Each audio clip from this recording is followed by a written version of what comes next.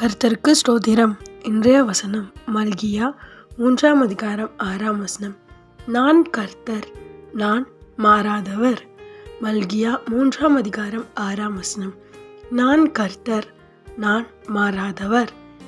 இங்கே வசனம் ரொம்ப அழகாக சொல்லுது. ஏசப்பா எப்படிப்பட்டவர் அப்படின்னா, கர்த்தர் எப்படிப்பட்டவர்னா அவர் மாறாதவரா. ஆமேன். உங்களுக்கு ஒரு வார்த்தை சொன்னார்ல, அந்த வார்த்தையை செய்து முடிக்கிற வரைக்கும் அவர் மாற மாட்டார். ஆமேன். அவர் மனுஷன் அல்ல, மாறுறதுக்கு அவர் தேவன். விசுவாசமாக இருங்க, சோர்ந்து போகாதீங்க. நீங்கள் நினைக்கல, எனக்கு வாக்குத்தத்தம் கொடுத்து பல வருஷம் ஆச்சு, தரிசனம் காட்டி பல வருஷம் ஆச்சு, ஆனால் எதுவுமே மாறல அப்படின்னு சோர்ந்து போயிருக்கலாம். ஏசப்பா சொல்கிறார், நான் மாறாதவர், உனக்கு சொன்னதை செய்யுமலும் உன்னை நான் கைவிடுவதில்லைன்னு சொல்கிறார். ஆமேன். யோசேப்பு கூட சொப்பனம் எவ்வளோ வருஷத்துக்கு முன்னாடி வந்துச்சு, ஆனால் அது நிறைவேறினது ரொம்ப வருஷத்துக்கு அப்புறம் நிறைவேறுச்சு.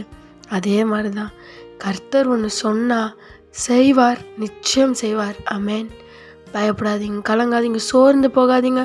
உங்களை பலப்படுத்த விதமாக ஏசப்பா சொல்கிறார், நான் மாறல, உனக்கு தந்த வாக்குத்தை நான் நிச்சயமாக நிறைவேற்றேன்னு சொல்கிறாரு. சோர்ந்து போகாம விசுவாசமாக நம்பிக்கையாக இருங்க. நிச்சயமாக ஏசப்பா உங்களை உயர்த்தி ஆசீர்வதிப்பார். ஆமேன்.